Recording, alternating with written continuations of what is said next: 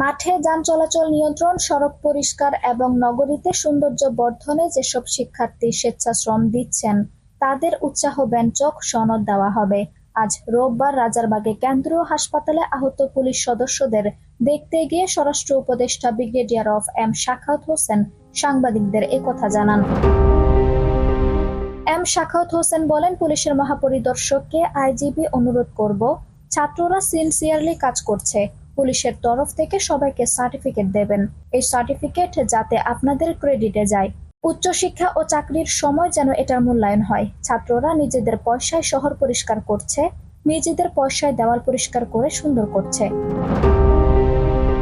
সাখাওয়াত হোসেন বলেন, এই যে ছাত্ররা নিজে শ্রম দিচ্ছে, পয়সা খরচ করছে, সরকারি প্রকল্প হলে 400 থেকে 500 কোটি টাকা, 1000 কোটি টাকা লাগতো।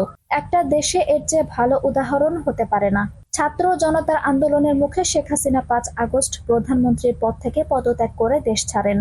এরপর অনেক জায়গায় পুলিশের উপর আক্রমণের ঘটনা ঘটে। ওই দিন থেকে পুলিশ সদস্যরা কর্মবিরতি পালন শুরু করেন। পুলিশ না থাকায় সড়কে যান চলাচল নিয়ন্ত্রণে কোনো ব্যবস্থা ছিল না। এমন পরিস্থিতিতে ঢাকা সহ দেশের বিভিন্ন স্থানে শিক্ষার্থীরা সড়কে নেমে যান চলাচল নিয়ন্ত্রণ করছেন। এর পাশাপাশি বিভিন্ন দেয়ালের পুরনো লেখা মুছে তারা নতুন করে গ্রাফি আঁকছেন।